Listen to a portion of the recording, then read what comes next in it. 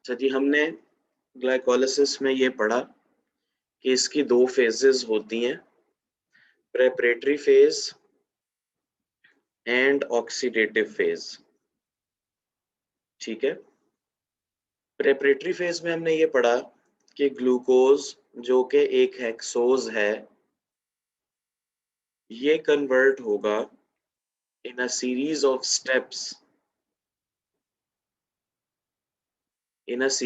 Steps to two trioses, dihydroxyacetone phosphate and glyceraldehyde 3 phosphate. वो steps कौन से थे? ग्लूकोज पहले ग्लूकोज 6 फॉस्फेट में कन्वर्ट हुआ, फिर उसके बाद फ्रुक्टोज 6 फॉस्फेट पे कन्वर्ट हुआ, फिर फ्रुक्टोज 1,6 बिस फॉस्फेट पे कन्वर्ट हुआ, देन इवेंचुअली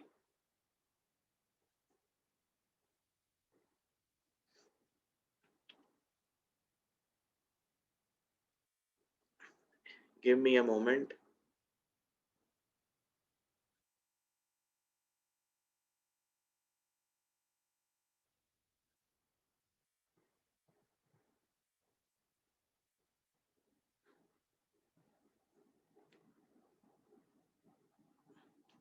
अच्छा जी, सबको स्क्रीन भी नजर आ रही है और सबको आवाज भी आ रही है मेरी?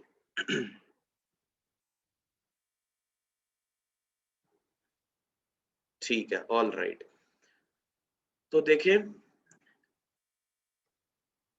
यहाँ पर हमने ग्लाइकोलिसिस की पहले प्रेपरेटरी फेज की बात की और इसमें हमने ये देखा कि ग्लूकोज से फ्रुक्टोज आइसोमेरिज्म हुआ, फ्रुक्टोज 1,6 बिसफॉस्फेट बना और फिर डाइहाइड्रोक्सी एसीटोन फॉस्फेट और ग्लिसरल्डिहाइड 3 फॉस्फेट की फॉर्मेशन हुई।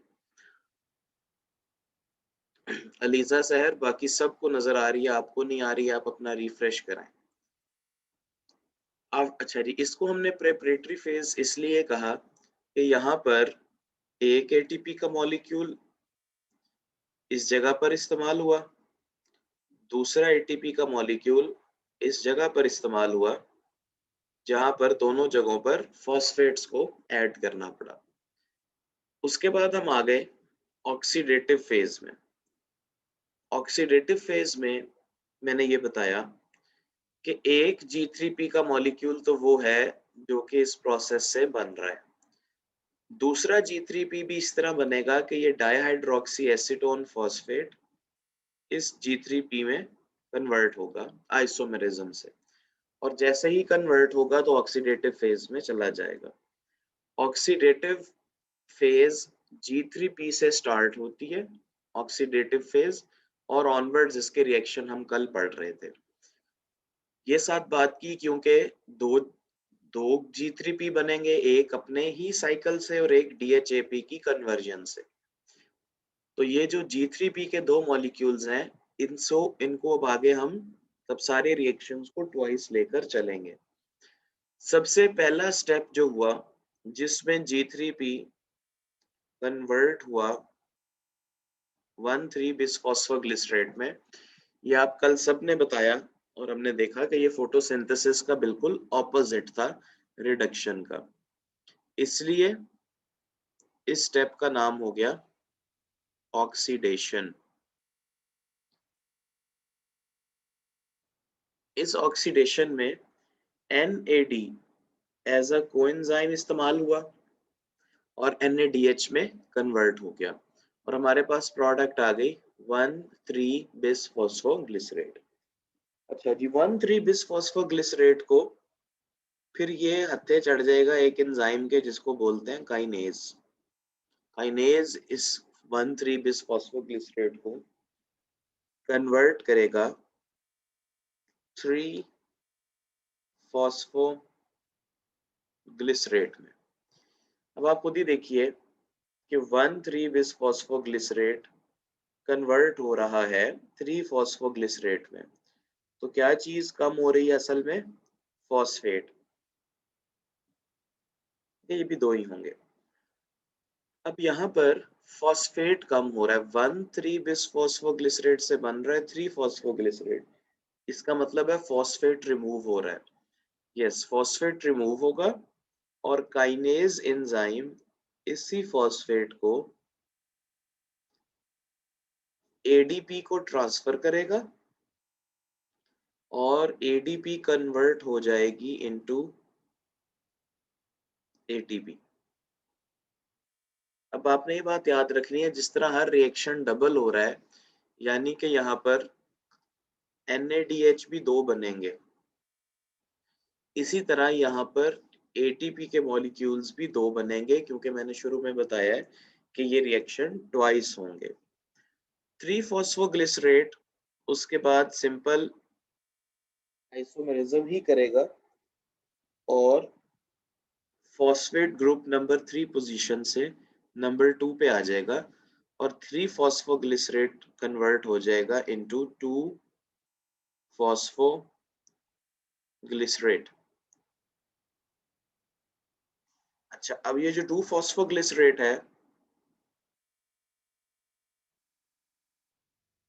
ये 3-फॉस्फोग्लिसरेट का आइसोमर है, क्योंकि यहाँ पर कोई भी, और ये बनेगा 2 ही मल्टीप्लाइड बाय 2, लेकिन इस जगह पर कोई भी फॉस्फेट नहीं निकला, कोई और रिएक्शन नहीं होगा, सिंपल आइसोमेरिज्म। 2-फॉस्फोग्लिसरेट को इसके बाद इसमें से वाटर निकाल दिया जाएगा। ये एक एंजाइमेटिक रिएक्शन है।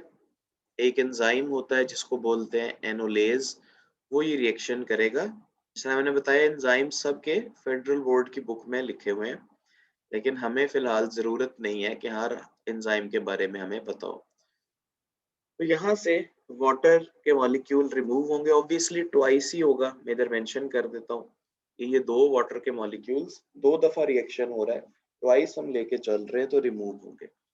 और जब यहाँ से वाटर रिमूव होगा तो हमें मिलेगा फॉस्फो इनोल पायरुवेट, जिसको सिंपली PEP से भी एब्रीविएट किया जा सकता है,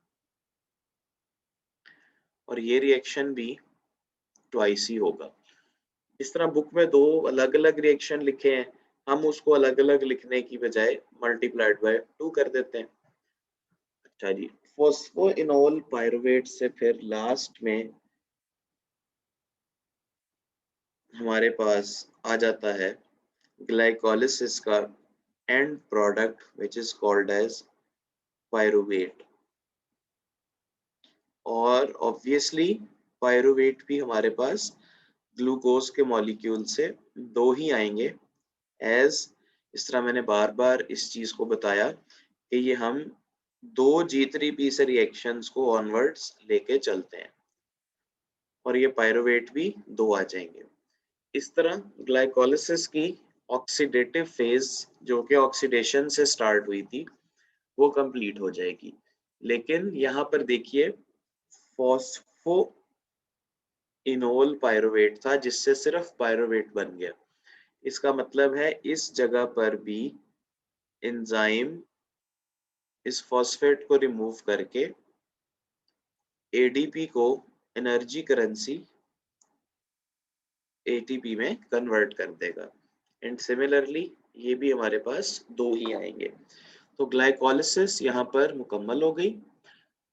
अब हम इसमें कुछ चीजों को समराइज करते हैं, जैसे कि ग्लाइकोलिसिस की प्रेपरेटरी फेज।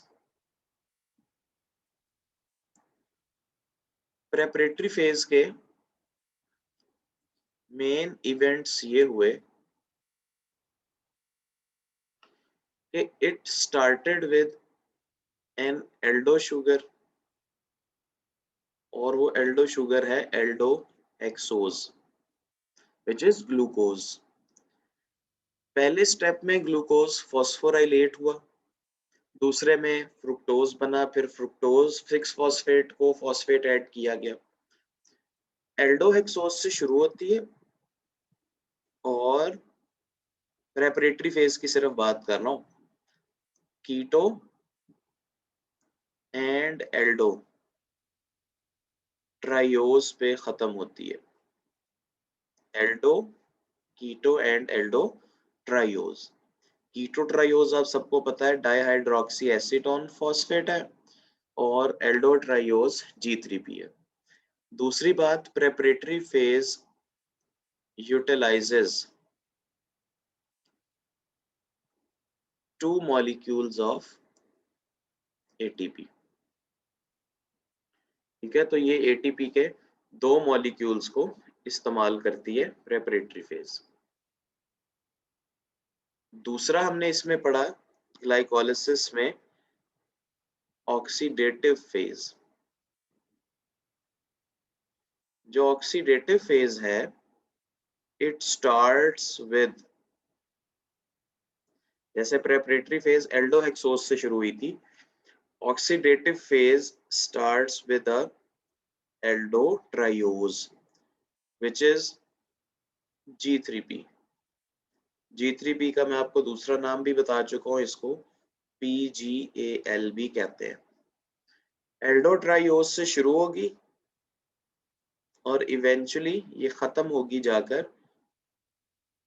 पायरोवेट पे। It starts with an aldotriose, it ends on pyruvate। अच्छा जी, दूसरी बात, जो ऑक्सीडेटिव फेज है जो कि पायरुवेट पे खत्म हो रही है, ऑक्सीडेटिव फेज से हमें यील्ड होती है, it yields 4 molecules of ATP, 2 molecules of NADH। जो 2 molecules NADH के हैं, ये हमें मिलते हैं किस स्टेप में? G3P से कन्वर्जन इनटू 1,3-bis फॉस्फोग्लिसरेट। हमें भी पता होना चाहिए कौन सी चीज किस स्टेप में मिल रही है। जो 4 molecules ऑफ ATP हैं, ये दो दो करके मिलते हैं, और वो 2 स्टेप्स कौन से हैं जिनमें ये 4 ATP के मॉलिक्यूल्स मिलते हैं? एक तो 1,3-bis फॉस्फोग्लिसरेट से कन्वर्जन इनटू 3-फॉस्फोग्लिसरेट, दूसरा फॉस्फोइनोल पायरुवेट से कन्वर्जन इनटू पायरुवेट। ठीक है, तो ये वैसे ऊपर भी यहाँ पर भी मेंशन है, मैंने यहाँ पे लेदर से भी कर दिया ताकि आपको इनकी इंपॉर्टेंस का पता लगे, और ये याद रहे कि यूं भी पूछा जा सकता है कि ATP के 4 मॉलिक्यूल्स किन 2 स्टेप्स में मिलते हैं। इसी तरह NADH के स्टेप में बनता है। हर इस एक स्टेप में 2 ATP मिलेंगे और इस स्टेप में 2 NADH की फॉर्मेशन होगी। अब अगर हम ग्लाइकोलिसिस के लेवल पे ही खुलासा कर लें नेट गेन का, नेट गेन होगा टोटल में से जितने आपने यूज किए हैं, इन्वेस्ट किए हैं। अगर हमें ऑक्सीडेटिव से 4 ATP मिले हैं, तो प्रेपरेटरी में 2 ATP इस्तेमाल भी हुए हैं। हमें ऑक्सीडेटिव फेज में अगर 2 NADH मिले हैं, तो ये कहीं पर इस्तेमाल नहीं हुए। तो नेट गेन होगा 4 molecules of ATP minus 2 molecules of ATP, ये ऑक्सीडेटिव फेज में, ये प्रेपरेटरी फेज में, तो टोटल नेट गेन आ जाता है 2 molecules of ATP and 2 molecules of NADH. This is the net gain of glycolysis. Alright, यहाँ पर ग्लाइकोलिसिस का टॉपिक कंप्लीट हो गया। अब हम आगे चलते हैं। हमें नेट गेन 2 ATP और 2 NADH मिल गए यहाँ पर। ग्लाइकोलिसिस के बाद जिस तरह मैंने आपको याद होगा, मैंने बताया था कि जी ये जो स्टेप है ग्लाइकोलिसिस, ये सेल में साइटोप्लाज्म में होती है। It takes place in cytoplasm. अब साइटोप्लाज्म से, ठीक है, इसको हम अभी डायग्रामेटिकली भी एक कॉन्सेप्ट समझेंगे।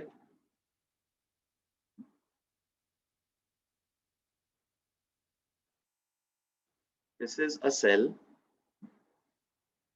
अ टिपिकल सेल, जिस तरह हमने ग्लाइकोलाइसिस के शुरू में भी बात की थी, यहाँ पर ग्लाइकोलाइसिस का प्रोसेस हुआ और जिस तरह हमने कहा था ये ऑक्सीजन की प्रेजेंस एब्सेंस पे मैटर ही नहीं करता और ग्लूकोज इवेंचुअली कन्वर्ट हो गया into 2 molecules of pyruvate, जिसकी वजह से यहाँ से अब आगे जो भी हम रिएक्शन पढ़ेंगे वो ट्वाइस 2 से मल्टीप्लाई होगा क्योंकि 2 पायरुवेट बनते हैं। अच्छा जी, अब इस सेल के अंदर ये एक डबल मेम्ब्रेनस ऑर्गेनेली है जिसको हम माइटोकॉन्ड्रिया कहते हैं। This is the inner membrane which is in the form of infoldings, जिनको हम नाम दे चुके हैं क्रिस्टे का। अब ये जो पायरुवेट है इसकी आगे प्रोसेसिंग कैसे होती है, तो इसमें दो डिफरेंट चीजें आ गई हैं। एक प्रोसेसिंग है जो कि फेडरल बोर्ड की बुक के मुताबिक है, एक प्रोसेसिंग है जो कि पंजाब टेक्स्ट बुक की मुताबिक है। हम दोनों कॉन्सेप्ट्स को यहाँ पर पढ़ लेते हैं, फिर मैं आपको असली भी बता दूंगा कि इन दोनों में से ठीक कौन सा है और फिर जब इन दोनों में से क्वेश्चंस आएंगे तो कैसे आंसर करना है, इसलिए इसको केयरफुली समझिएगा। तो सबसे पहले पंजाब टेक्स्ट बुक की बात करते हैं। पंजाब टेक्स्ट बुक वालों ने माशाल्लाह से लिखा कि पायरुवेट जो होता है वो डायरेक्ट माइटोकॉन्ड्रिया में एंटर नहीं होता। उन्होंने कहा जी कि पायरुवेट को पहले बाहर ही, माइटोकॉन्ड्रिया के बाहर ही एसीटेट में कन्वर्ट किया जाता है। ये एसीटेट भाई साहब माइटोकॉन्ड्रिया के अंदर आते हैं और कन्वर्ट हो जाते हैं एसिटाइल कोए। पायरुवेट से एसीटेट और एसिटाइल कोए बनना,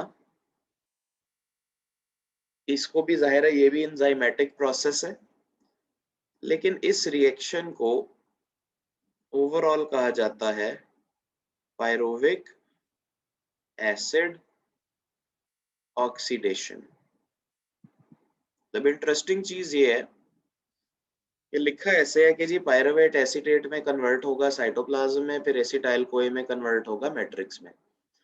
इस ओवरऑल रिएक्शन को हम पायरुविक एसिड ऑक्सीडेशन कहेंगे। लेकिन जब एग्जाम में सवाल दिया कि पायरुविक एसिड ऑक्सीडेशन की साइट क्या होती है, तो उसका आंसर था मैट्रिक्स। तो ये कंफ्यूजन हमारी पंजाब टेक्स्ट बुक में एग्जिस्ट करती है। लेकिन अगर आपसे वो क्वेश्चन यही पूछ ले इस तरह से कि जी pyruvate before entering into mitochondria is first converted into, तो आपका आंसर होगा एसीटेट। और आपसे दूसरे सवाल ये पूछ लेते हैं जी कि acetate upon entering into mitochondria is converted into acetyl कोए। This reaction is called pyruvic acid oxidation. Pyruvic acid oxidation कहाँ पर होगी? मैट्रिक्स में। फेडरल बोर्ड ने इसका बड़ा डिटेल्ड एक प्रोसेस बता दिया और वो बिल्कुल ठीक है। उन्होंने ये बताया कि ये जो पायरुवेट है ये डायरेक्ट क्रेब्स साइकिल में हिस्सा नहीं ले सकता, और उन्होंने ये बताया कि ये पायरुवेट माइटोकॉन्ड्रिया के अंदर एंटर होता है। माइटोकॉन्ड्रिया में एंटर होने के लिए उन्होंने यहाँ पर एक उसके लिए वो एंजाइम भी बता दिया कि इसकी एक एक प्रोटीन भी बता दी कि इसके लिए एक स्पेशल ट्रांसपोर्ट प्रोटीन होती है जिसकी हेल्प से ये माइटोकॉन्ड्रिया में अंदर एंटर होता है। इस ट्रांसपोर्ट प्रोटीन का नाम भी बताया कि ये ट्रांसपोर्ट प्रोटीन है पायरुवेट ट्रांसलोकेज, जिसकी हेल्प से पायरुवेट अंदर एंटर होता है। अच्छा जी, अब माइटोकॉन्ड्रिया के अंदर जैसे ही पायरुवेट एंटर होता है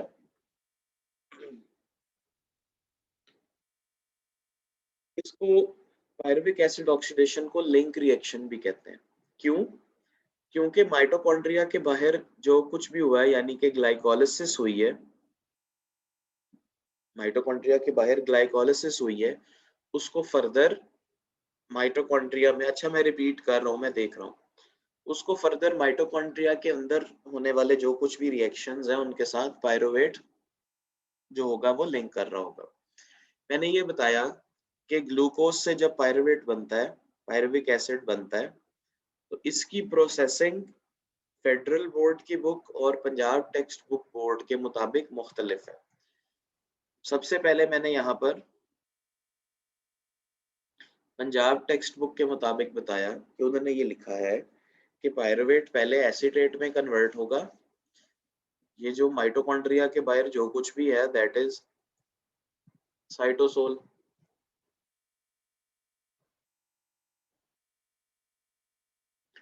तो पायरुवेट पहले एसीटेट में कन्वर्ट होगा, फिर एसीटेट माइटोकॉन्ड्रिया में एंटर होगा and it will be converted into acetyl CoA and acetyl CoA further goes into Krebs cycle. ये हो गया पहला point according to Punjab text book. Federal board यानी कि national book foundation which is text book of federal, इसके मुताबिक pyruvate को acetate में कन्वर्ट होने की कोई जरूरत नहीं है। पायरुवेट जो होगा वो एज इट इज एक ट्रांसपोर्ट प्रोटीन जो कि माइटोकॉन्ड्रिया की मेम्ब्रेन में होती है, जिसको पायरुवेट ट्रांसलोकेज कहते हैं।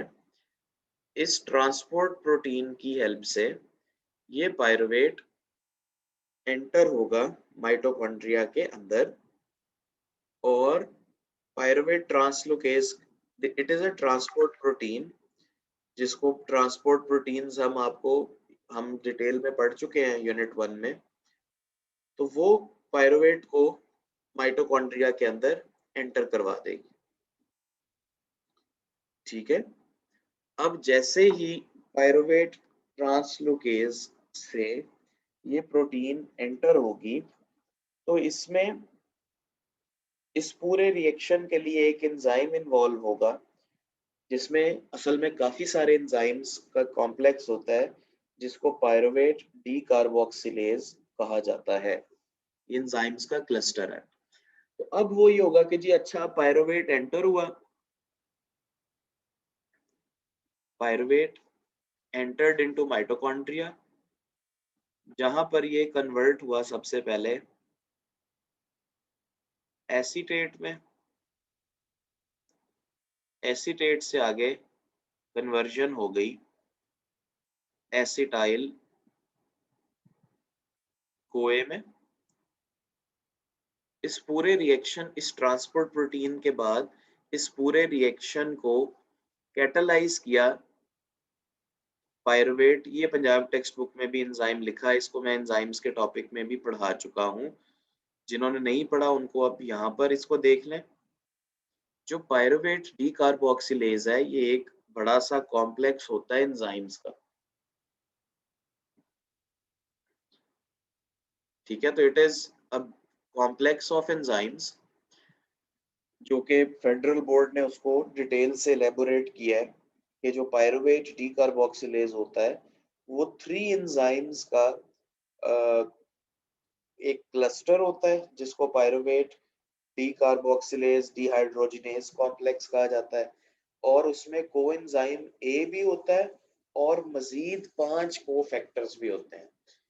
फेडरल बोर्ड के मुताबिक ये जो पायरुवेट डी कार्बोक्सिलेज है, ये 3 एंजाइम्स का कॉम्प्लेक्स है। ये कोएंजाइम ए को भी यूज करता है और कोफैक्टर्स को भी इस्तेमाल करता है। बट एनीवे, यहाँ पर हमें इस डायग्राम से कॉन्सेप्ट समझना था कि पायरुवेट की प्रोसेसिंग को दोनों किताबों ने डिफरेंट कैसे लिखा है। तो according to Punjab text book board, pyruvate is first converted into acetate, which enters into mitochondria and is converted into acetyl CoA, और हमें पता है acetyl CoA से Krebs cycle होगा। सेकेंडली, फेडरल बोर्ड के मुताबिक जो पायरुवेट है वो पायरुवेट ट्रांसलोकेज के थ्रू माइटोकॉन्ड्रिया में एंटर होता है, where it is converted into acetate and then acetyl CoA। इस पूरे रिएक्शन को pyruvate D carboxylase enzyme catalyse करेगा, जो कि एक ह्यूज एंजाइम कॉम्प्लेक्स है। ठीक है, तो हमसे अगर जब ये पूछा जाएगा कि जी अच्छा पायरुवेट को माइटोकॉन्ड्रिया के अंदर ट्रांसपोर्ट करने के लिए कौन सी प्रोटीन होती है, तो पायरुवेट ट्रांसलोकेज। पायरुवेट से एसीटेट एसिटाइल को कौन बनाता है, कार्बोक्सिलेज। पंजाब टेक्स्ट बुक के मुताबिक पूछ लिया जाए कि जी पायरुवेट माइटोकॉन्ड्रिया में एंटर होने से पहले किस चीज में कन्वर्ट होता है, तो एसीटेट। और एसीटेट माइटोकॉन्ड्रिया में किस चीज में कन्वर्ट होता है, एसिटाइल को। तो ये कोई इतना ज्यादा डिफिकल्ट नहीं है, बड़ी ये सिंपल सी बात है कि जिस बुक के रेफरेंस में पूछा जा रहा होगा वैसे ही हम आंसर करेंगे। अब इसको समझने के बाद ग्लाइकोलिसिस के बाद जी जो ये सेकंड स्टेप आता है, ग्लाइकोलिसिस कंप्लीट होने के बाद this second step is called as in this aerobic phase. और यही एरोबिक और एनारोबिक का डिफरेंस होगा, क्योंकि हमने पढ़ा था कि एनारोबिक रेस्पिरेशन में पायरुवेट लैक्टिक एसिड या अल्कोहल में कन्वर्ट होगा। अब क्योंकि हम एरोबिक रेस्पिरेशन पढ़ रहे हैं तो ये नेक्स्ट स्टेप होगा pyruvic acid oxidation. Pyruvic acid oxidation step number 2 है। हम जो एरोबिक रेस्पिरेशन का टॉपिक पढ़ रहे हैं इस वक्त ग्लाइकोलिसिस के बाद। पायरुविक एसिड ऑक्सीडेशन से रिलेटेड ये डायग्रामेटिकली जो इसकी रिप्रेजेंटेशन थी वो हमने अभी ऊपर इधर पढ़ ली है। अब हम पायरुविक एसिड ऑक्सीडेशन को इसकी इक्वेशन या इसकी डायग्राम से हटके जिस तरह हमने ग्लाइकोलिसिस की फ्लो शीट पढ़ी इसकी बात करेंगे। अच्छा जी, अब क्या होता है, जो पायरुविक एसिड ऑक्सीडेशन है वो किस तरह से होती है। जो पायरुवेट है इसका फॉर्मूला कुछ इस तरह से होगा, CH3 C double bond O और उसके बाद C O and double bond O। अच्छा, अब ये पायरुवेट है, अगर इसमें पायरुविक एसिड बनाना होगा तो फिर ये आपको पता है कि इसको इस तरह लिखेंगे कि C double bond O and OH। ये कंप्लीट हो जाएगा पायरुविक एसिड। ठीक है, और ये अगर इसमें से मैं एक ऑक्सीजन निकाल दूंगा जैसे कि आपने फॉर्मूला देखा है, तो CH3 C double bond O, तो ये पायरुवेट बन जाएगा। अच्छा जी, अब ये मैं इसको फॉर्मूला से इसलिए समझा रहा हूँ ताकि आपको ये जहन में रहे। दिस इज पायरुविक एसिड, ठीक है, जिसको हम पायरुवेट भी लिख देते हैं। उसकी रीजन मैंने बता दी कि ये आयनिक फॉर्म में होगा, आयोनाइज हो जाएगा। अब जो मैंने ऊपर दो कॉन्सेप्ट्स बताए थे उनमें से जो करेक्ट है वो फेडरल बोर्ड का है कि ऐसे ही होता है कि पायरुवेट जो होगा वो माइटोकॉन्ड्रिया के अंदर पायरुवेट ट्रांसलोकेज से एंटर होगा और उसके बाद फिर वो एसीटेट में कन्वर्ट होगा। एनीवे, इस पायरुवेट को pyruvate D carboxylase enzyme treat करेगा। पायरुवेट डी कार्बोक्स, और यही पायरुवेट है वो जो कि माइटोकॉन्ड्रिया में एंटर हो जाएगा पायरुवेट ट्रांसलोकेज के थ्रू। अब यहाँ पर ये केयरफुली देखिएगा, ये सबसे पहले इसमें से ये कार्बन डाइऑक्साइड निकल जाएगी और कार्बन डाइऑक्साइड के निकलने से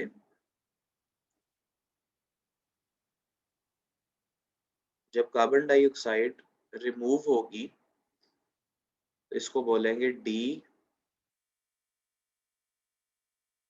carboxylation, removal of carbon dioxide. अब के बाद जहां कहीं पर भी आएगी उसको हम बोलेंगे decarboxylation.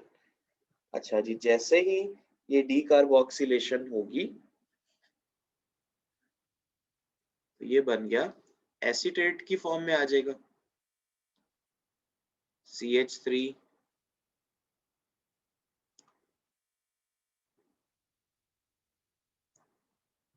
CH3 C double bond O, और इसके साथ ही यहाँ पर एक जो एसीटेट है वो एसिटाइल ग्रुप में कन्वर्ट हो गया, और यहाँ पर एडिशन हो जाएगी coenzyme A, S coenzyme A, sulphur and coenzyme A. ठीक है, कार्बन डाइऑक्साइड रिमूव हुई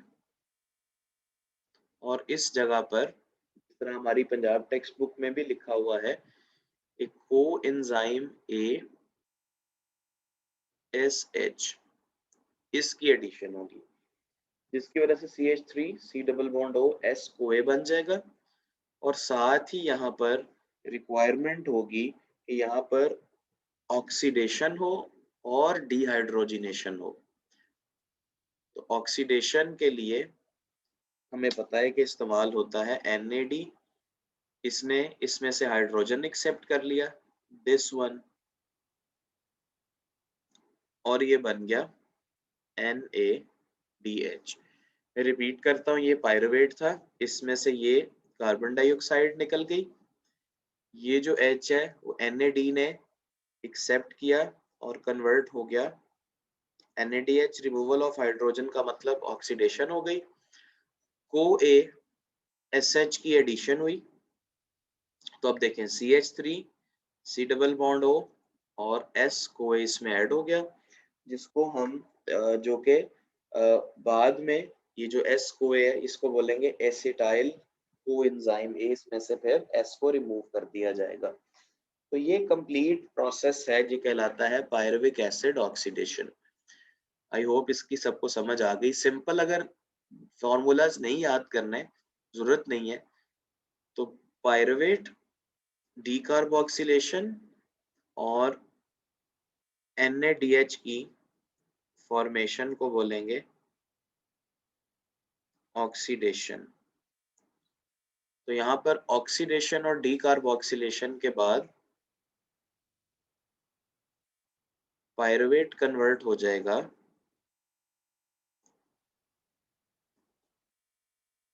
एसिटाइल कोएंजाइम ए में। ठीक है, इसको इस तरह याद रख लें, यही रिक्वायर्ड है वैसे। और पायरुवेट से जब एसिटाइल कोए बनेगा तो इस कंप्लीट रिएक्शन को, जिसमें ऑक्सीडेशन और डीकार्बोक्सिलेशन हुई है, इसको बोलेंगे ऑक्सीडेटिव डीकार्बोक्सिलेशन।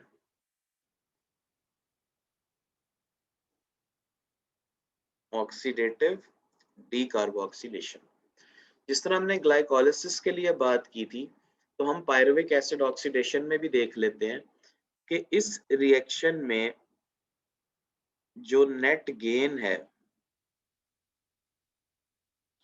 वो कितना हुआ। तो पायरुविक एसिड ऑक्सीडेशन, क्योंकि अब आपको पता है कि ग्लाइकोलिसिस के बाद इन सब को हम मल्टीप्लाई करेंगे 2 से, यानी 2 pyruvate will be converted into 2 acetyl CoA, जिसका मतलब है कार्बन डाइऑक्साइड भी 2 निकलेंगी, 2 NAD होंगे जो कि 2 NADH में कन्वर्ट होंगे। तो नेट गेन हमें यहाँ पर क्या हुआ, 2 मॉलिक्यूल्स ऑफ NADH। इस ऑक्सीडेशन रिएक्शन में इस वक्त कोई भी ATP की फॉर्मेशन नहीं हुई, बल्कि हमें 2 NADH मिल गए और 2 कार्बन डाइऑक्साइड यहाँ पर इवॉल्व हो जाएंगे। चलिए, अब उसके बाद ये पायरुविक एसिड ऑक्सीडेशन के बाद थर्ड स्टेप होगा इस एरोबिक रेस्पिरेशन का, थर्ड स्टेप,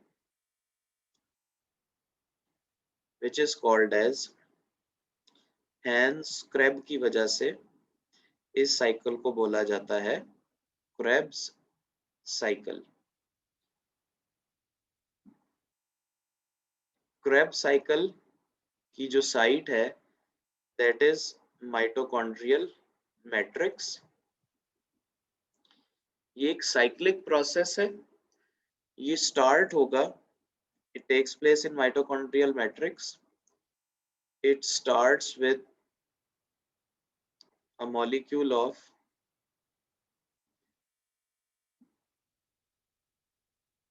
ठीक है एसिटाइल कोए।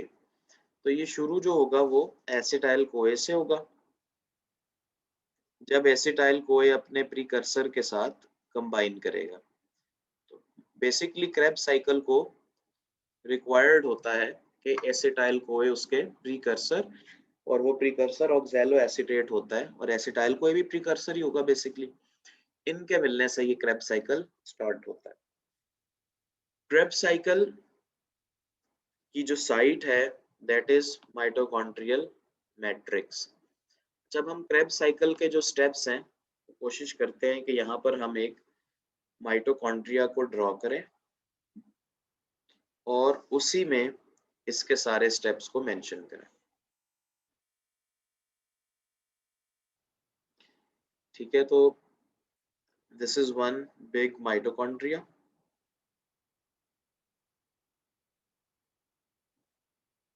ये उसकी आउटर मेम्ब्रेन, बल्कि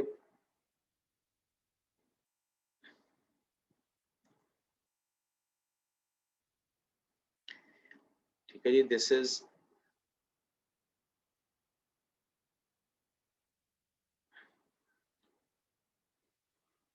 आउटर मेम्ब्रेन ऑफ माइटोकॉन्ड्रिया,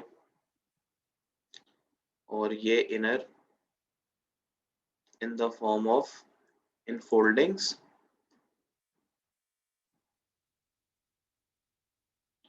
और ये हो जाएगा मैट्रिक्स।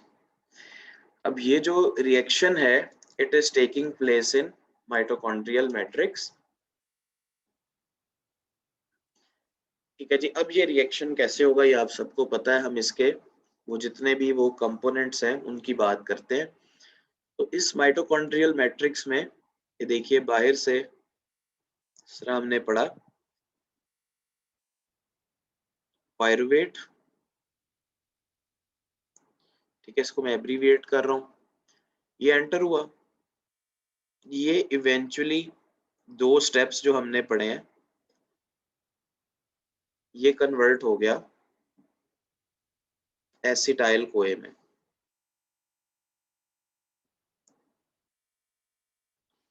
ऐसे क्यों कर रहा है?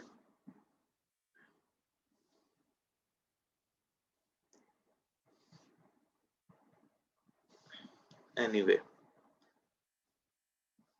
it got converted into acetyl CoA. अब ये एसिटाइल कोए क्रेब साइकिल में एंटर होगा।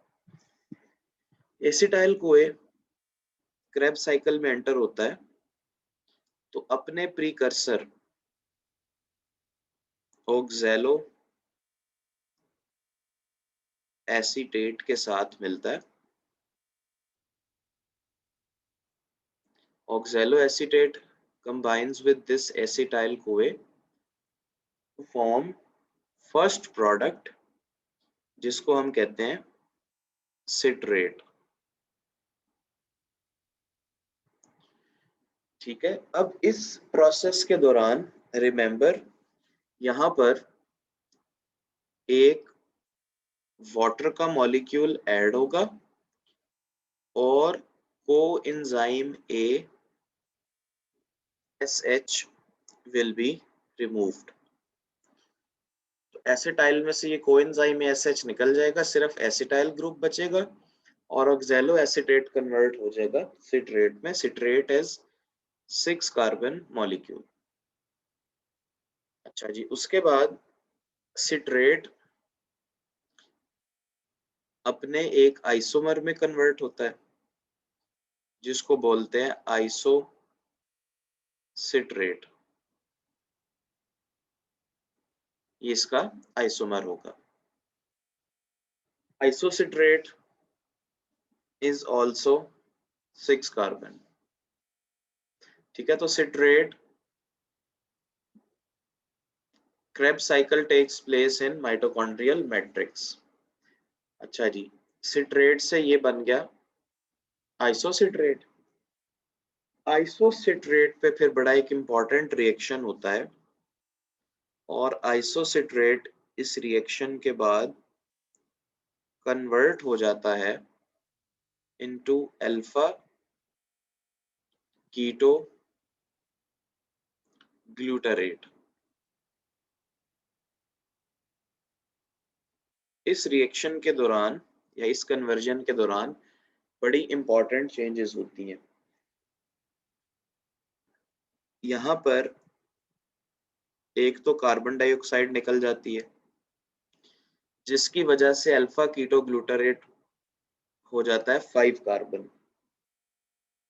दूसरी बात कि यहाँ पर ऑक्सीडेशन होगी, और जहां जहां पर भी आप देख लें रेस्पिरेशन में ऑक्सीडेशन हो रही है, उस जगह पर NAD कन्वर्ट होता है इनटू NADH। और मैंने जैसे कि ऊपर बताया कि जिस जगह पर कार्बन डाइऑक्साइड का रिमूवल और ऑक्सीडेशन एक साथ हो, इस प्रोसेस को आप बोलेंगे ऑक्सीडेटिव डीकार्बोक्सिलेशन। इसका मतलब ये हुआ कि आइसोसिट्रेट से जब अल्फा कीटो ग्लूटारेट बना, तो ऑक्सीडेटिव डीकार्बोक्सिलेशन हुई, यानी कि NAD से NADH बना। ठीक है, ये NAD पॉजिटिव है, NADH बना और कार्बन डाइऑक्साइड रिमूव हो गया। सेकंड एग्जैक्टली इसी तरह का इंपॉर्टेंट स्टेप होता है जब alpha keto glutarate mitochondrial matrix के अंदर ही फर्दर कन्वर्ट हो जाता है। This is also a very important step into succinate.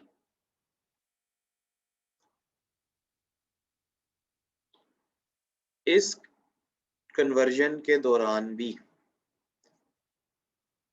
Carbon dioxide निकलती है, क्योंकि ये ऑक्सीडेशन है, तो NAD कन्वर्ट होता है NADH में। क्योंकि कार्बन डाइऑक्साइड और NADH का रिएक्शन हो रहा है, इसलिए हम यहाँ पर भी कहेंगे कि दिस इज ऑक्सीडेटिव डीकार्बोक्सिलेशन।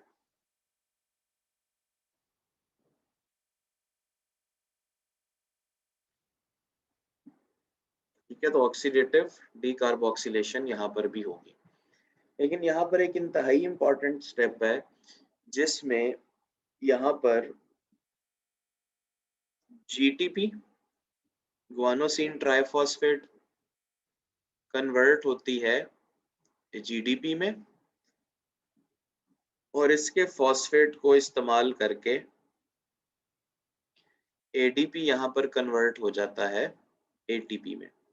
तो ये क्रेब्स साइकिल का वो रिएक्शन है जो ऑक्सीडेटिव डीकार्बोक्सिलेशन के साथ हमें ATP भी प्रोवाइड करेगा। तो along with carbon dioxide and NADH, alpha keto glutarate से सक्सिनेट की कन्वर्जन हमें ATP भी प्रोवाइड करती है। वो अभी मैं आपको एंड पे बताऊंगा कि ये जो ATPs हैं इनको क्या कहा जाता है। इनको सबस्ट्रेट लेवल ATPs कहा जाता है, और जो अभी हम डिटेल से बनाएंगे आगे ATPs को NADH से, उनको जो कहा जाएगा वो कीमियोस्मोसिस या ऑक्सीडेटिव फॉस्फोरिलेशन। तो देखिए क्रेब्स साइकिल में एक स्टेप ये इंपॉर्टेंट है जहां पर आइसोसिट्रेट से अल्फा कीटो ग्लूटारेट बना, ऑक्सीडेटिव डीकार्बोक्सिलेशन हुई, यानी कि कार्बन डाइऑक्साइड और NADH बने। सेकेंड, आइसोसिट्रेट से अल्फा कीटो ग्लूटारेट से जब सक्सिनेट बना, तब भी ऑक्सीडेटिव डीकार्बोक्सिलेशन हुई और ATP की सिंथेसिस यहाँ पर एडिशनल है। इसके बाद सक्सिनेट के बाद नेक्स्ट जो चीज बनेगी that will be fumarate.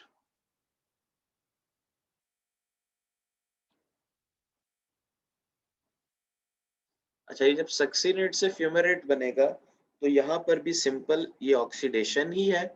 यहाँ पर coenzyme FAD, FAD is a coenzyme, ये कन्वर्ट हो जाएगा FADH2 में। FAD is converted into FADH2। जी बिल्कुल, क्योंकि कार्बन डाइऑक्साइड निकल गई है तो अब सक्सीनेट 4 कार्बन होगा, फ्यूमेरेट भी 4 कार्बन होगा। यहाँ पर ऑक्सीडेशन हो गई और सक्सीनेट कन्वर्ट हो गया फ्यूमेरेट में। अच्छा जी, फ्यूमेरेट में अच्छा एक मैंने आपको बताया था वाटर यहाँ पर ऐड होता है। अल्फा कीटो ग्लूटारेट से जब सक्सीनेट की फॉर्मेशन होती है तो एक वाटर इस जगह पर भी ऐड होता है। इसको एंड पे हम समराइज भी करेंगे तब ज्यादा आसानी से याद हो जाएगा। फ्यूमेरेट माइटोकॉन्ड्रियल मैट्रिक्स में ही कन्वर्ट हो जाता है मैलेट में। ठीक है जी। अच्छा, जब फ्यूमेरेट से मैलेट की फॉर्मेशन होती है तब भी इस जगह पर वाटर ऐड होगा। First water molecule, second water molecule, third water molecule. Malate फिर फाइनली कन्वर्ट हो जाता है प्रीकर्सर ऑक्सैलो एसीटेट में, और मैलेट से जब ऑक्सैलो एसीटेट बनता है तो तब भी ऑक्सीडेशन होगी and NAD will be converted into NADH। क्योंकि यहाँ पर कार्बन डाइऑक्साइड रिमूव नहीं हुई, इसलिए इस प्रोसेस को आप सिंपल कह सकते हैं ऑक्सीडेशन, या फिर क्योंकि यहाँ से एक हाइड्रोजन लूज किया है मैलेट ने जिसको NADH में एडिशन की गई है, तो आप इसको बोल सकते हैं ऑक्सीडेटिव डिहाइड्रोजिनेशन।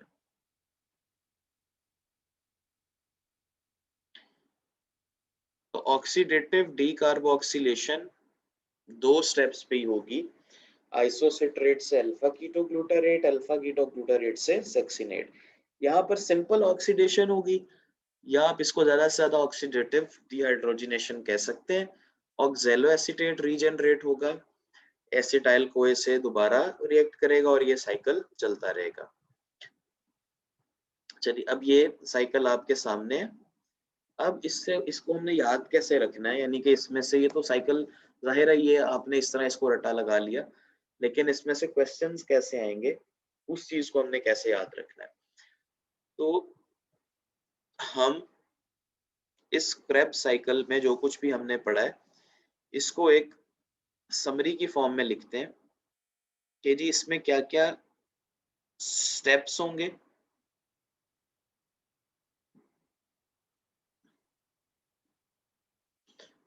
क्रेब्स साइकिल में सबसे पहले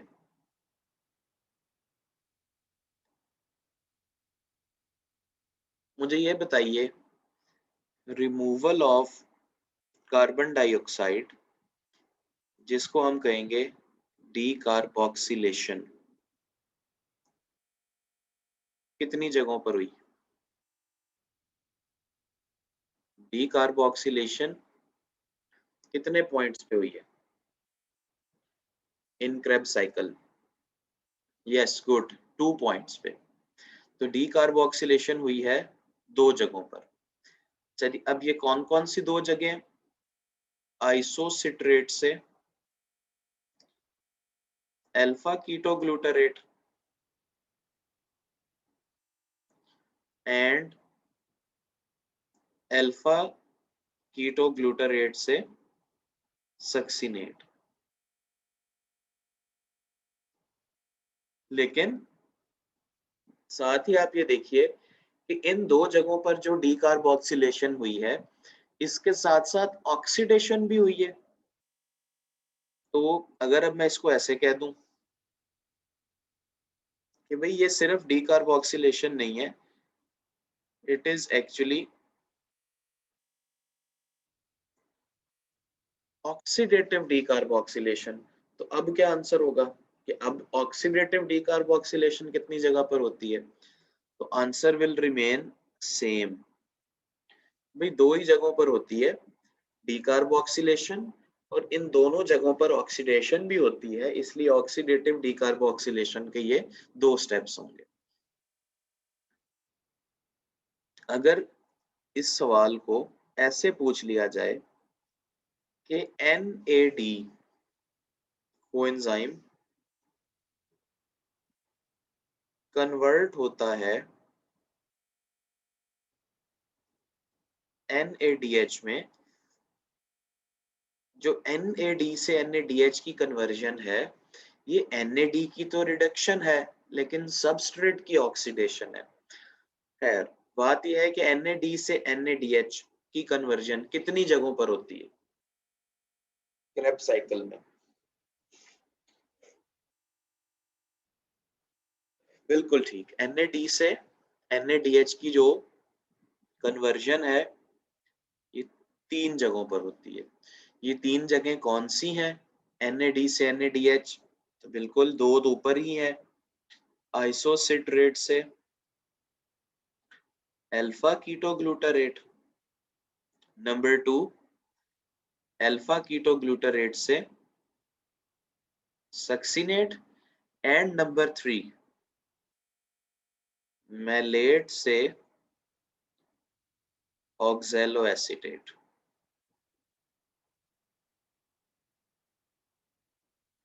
ठीक है, सेकंड पॉइंट हमारा ये हो गया कि ये जो डीकार्बोक्सिलेशन है, ऑक्सीडेटिव डीकार्बोक्सिलेशन, ये कितनी जगहों पर हुई, और NAD से NADH कितनी जगहों पे बना। अच्छा, अगर ये पूछ लिया जाए कि जी ऑक्सीडेटिव जो डीहाइड्रोजिनेशन है, ये किस स्टेप में होती है, तो हम कहेंगे मैलेट से ऑक्सैलोएसीटेट। नंबर 3 वाटर के मॉलिक्यूल्स की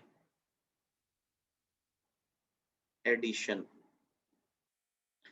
कितनी जगहों पर हुई है? Addition of water molecules in Krebs cycle, how many places? कितनी जगहों पर वाटर ऐड हुआ है, ये मैंने साइकिल के दौरान भी बताया। यस, वाटर की एडिशन भी 3 जगहों पर हुई है। ये 3 जगह कौन सी हैं, ये मैंने यहाँ पर मेंशन कर दी है। Place number 1, place number 2 and place number 3। एक वाटर साइकिल के पहले स्टेप में ऐड होगा, दूसरा वाटर अल्फा कीटोग्लूटारेट से सक्सिनेट, तीसरा वाटर फ्यूमेरेट से मैलेट। तो वाटर की एडिशन इन 3 जगहों पर होगी, जब ऑक्सैलो एसीटेट मिलेगा एसिटाइल CoA से और कन्वर्ट हो रहा होगा सिट्रेट में। ठीक है, इसको ये भी कह सकते हैं कि भी सिट्रेट की फॉर्मेशन के दौरान वाटर ऐड होता है। दूसरा स्टेप अल्फा कीटोग्लूटारेट से सक्सिनेट। देख लें, अल्फा कीटोग्लूटारेट से सक्सिनेट कितना इंपॉर्टेंट स्टेप है कि इसमें बहुत सारी चीजें बन रही हैं। और थर्ड इसमें फ्यूमेरेट से मैलेट। तो जी वाटर की एडिशन के बाद नंबर 4 ATP कितनी जगहों पर मिल रही है? एक Krebs साइकिल की हम बात कर रहे हैं, 1 Krebs साइकिल जो कि एक पायरुवेट से चलेगा, तो कितनी ऐसी जगह हैं जहां पर ATP मिलेगी? बिल्कुल ठीक है, एक जगह ऐसी है, और ये जगह कौन सी है? अल्फा कीटो ग्लूटारेट से जब फॉर्मेशन होती है सक्सिनेट की। तो आप देख लें, अल्फा कीटो ग्लूटारेट से सक्सिनेट की फॉर्मेशन कितना इंपॉर्टेंट स्टेप है। सदफ, अपना कैमरा ऑफ कर दें आप बेटा। अच्छा जी, अल्फा कीटो ग्लूटारेट से सक्सिनेट कितना इंपॉर्टेंट स्टेप है कि यहाँ पर ऑक्सीडेटिव डीकार्बोक्सिलेशन भी हो रही है, यहाँ पर वाटर भी ऐड हो रहा है, और यहाँ पर ATP भी हमें मिल रही है, तो 1 ATP। ये जो एटीपी हमें इस जगह पर मिली है और जो हमें एटीपी ग्लाइकोलिसिस में मिली थी, क्योंकि ये एंजाइमेटिक रिएक्शंस के दौरान बनती हैं, इन एटीपीज को बोला जाता है सबस्ट्रेट लेवल एटीपीज। यानी कि आप दूसरे लफ्जों में कि वो ऐसे कह सकते हैं कि वो एटीपीज जो कीमियोस्मोसिस के प्रोसेस से नहीं बनती, बल्कि एंजाइमेटिक रिएक्शन के दौरान बनती हैं, उस एटीपी को सबस्ट्रेट लेवल एटीपी कहा जाता है। जैसे 4 वो ग्लाइकोलिसिस में बनी और एक क्रेब्स साइकिल में ये एक एटीपी की यहाँ पर फॉर्मेशन हो रही होगी। तो हमने याद रखना है ऑक्सीडेटिव डीकार्बोक्सिलेशन कितनी जगह पर है, NAD से NADH की कन्वर्जन इन 3 जगहों पर है, वाटर की एडिशन भी इन 3 प्लेसेस पे है, एटीपी की फॉर्मेशन एक जगह पर है जिसको सबस्ट्रेट लेवल एटीपी कहा जाता है। ठीक है, इस सबस्ट्रेट लेवल एटीपी को मैं अब ये अलहदा से भी एक्सप्लेन कर देता हूँ कि सबस्ट्रेट लेवल एटीपी का क्या मतलब है। ये हमारा क्रेब्स साइकिल भी कंप्लीट हो गया। जी अहमद हुसैन पूछें। जो इस कॉन्सेप्ट को अब समझ लें, फॉर्मेशन ऑफ एटीपी। जब हम रेस्पिरेशन में एटीपी की फॉर्मेशन को पढ़ते हैं, तो फॉर्मेशन ऑफ एटीपी या सिंथेसिस ऑफ एटीपी, इसके लिए एक लफ्ज इस्तेमाल होता है। मैं रेस्पिरेशन की बात कर रहा हूँ, इसके लिए एक लफ्ज इस्तेमाल होता है phosphorylation. Formation of ATP is called as phosphorylation. जैसे कि आप सब ने फोटोसिंथेसिस में देखा कि ये फॉर्मेशन ऑफ एटीपी लाइट की प्रेजेंस में हुई थी, तो हमने इस फॉस्फोरिलेशन को क्या नाम दिया था? अगर ये फॉस्फोरिलेशन लाइट की प्रेजेंस में होगी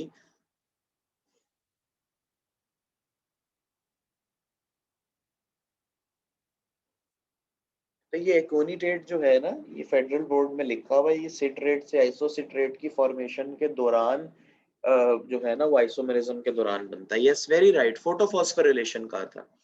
लेकिन अब हम क्योंकि फोटोसिंथेसिस नहीं पढ़ रहे, अब हमारा जो टॉपिक है दैट इज सेलुलर रेस्पिरेशन। तो इसलिए सेलुलर रेस्पिरेशन में याद रखें, कभी भी फोटोफॉस्फोरिलेशन का लफ्ज नहीं आएगा। फोटोफॉस्फोरिलेशन हमेशा आता है फोटोसिंथेसिस में। अब सेलुलर रेस्पिरेशन में ये जो फॉस्फोराइलेशन है, it can take place by two methods. यानी फॉर्मेशन ऑफ एटीपी दो तरीकों से हो सकती है। या तो ये एंजाइम रिएक्शन में हो, जब एंजाइम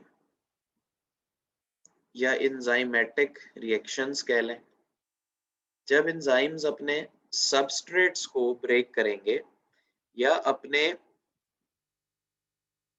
सबस्ट्रेट्स को ट्रांसफॉर्म करेंगे, तो अगर ये एंजाइमेटिक रिएक्शन से बनेगी फॉस्फोराइलेशन, तो इस फॉस्फोरिलेशन को बोला जाएगा substrate level phosphorylation.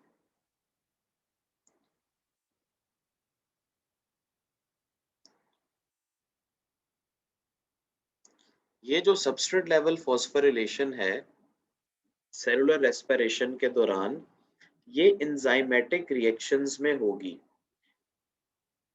Cellular respiration के दौरान ये सबस्ट्रेट लेवल फॉस्फोराइलेशन कहाँ होती है? दो जगहों पर ये ग्लाइकोलिसिस में होगी और एक जगह पर ये क्रेब्स साइकिल में होगी।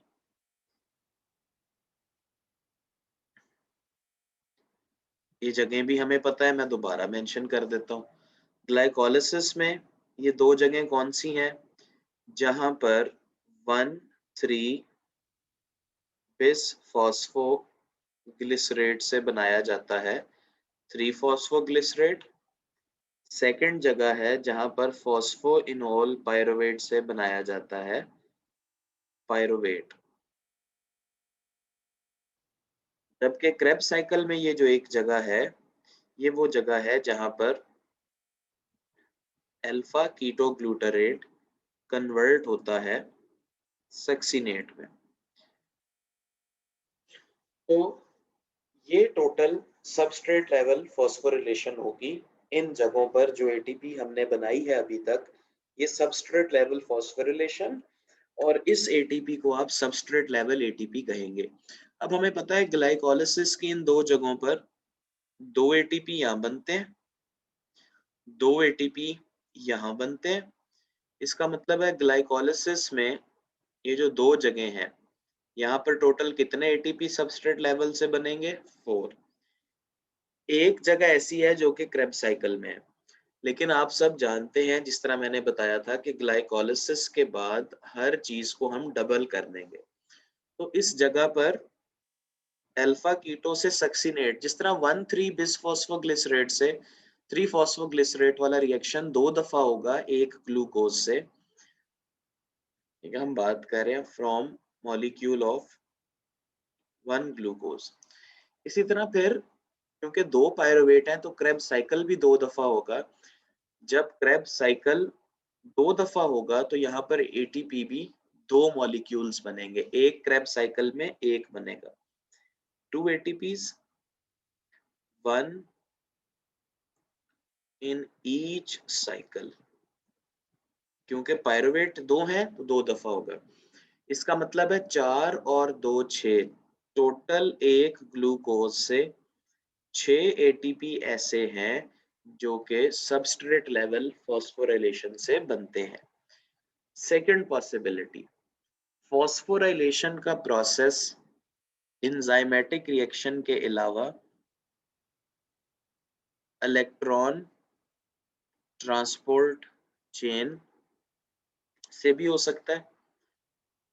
इलेक्ट्रॉन ट्रांसपोर्ट चेन के लिए लफ्ज रेस्पिरेशन में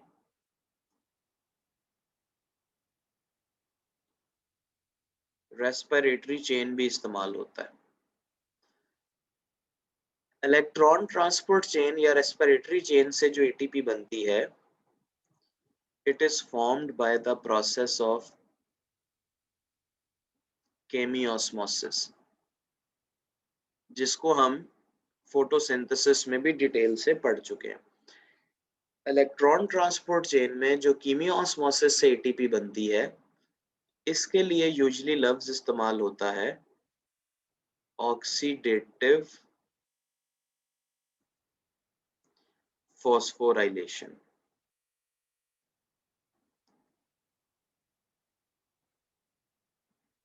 ऑक्सीडेटिव फॉस्फोराइलेशन करने के लिए ये दो चीजें चाहिए होती हैं, NADH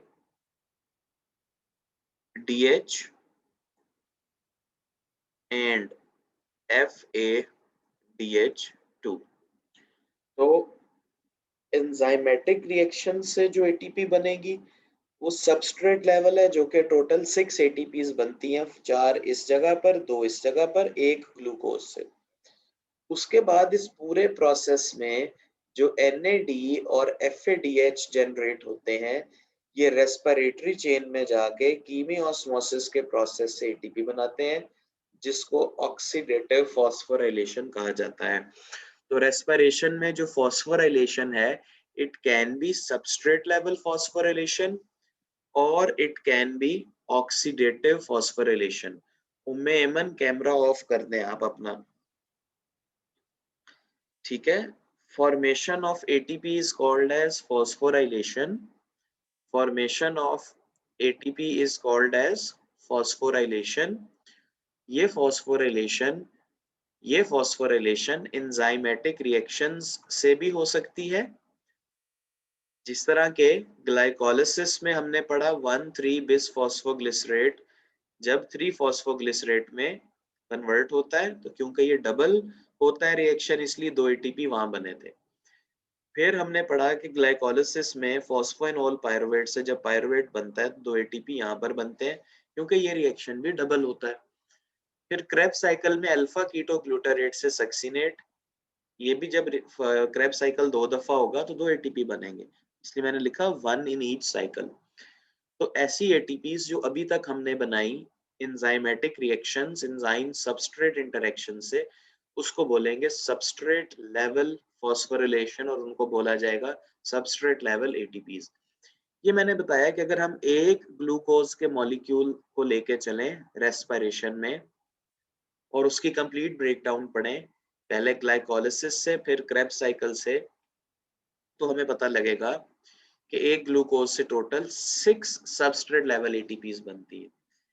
बाकी की जो एटीपीज हैं वो इस रेस्पिरेशन में ये जो NADH और FADH जनरेट होंगे, ये electron transport chain, respiratory chain यानी कि कीमियोस्मोसिस से बनाएंगे। तो इसको बोला जाएगा ऑक्सीडेटिव फॉस्फोराइलेशन। ठीक है जी, इसको ऑक्सीडेटिव फॉस्फोराइलेशन कहेंगे, जो NADH और FADH से होगी। इसको हमने इलेक्ट्रॉन ट्रांसपोर्ट चेन में पढ़ना है। जी अब्दुर्रहमान, ठीक है, चले यहीं पे बस कर रहा हूँ जी, क्वेश्चंस पूछ लें। बाकी का जो ATP सिंथेसिस बाय कीमियोस्मोसिस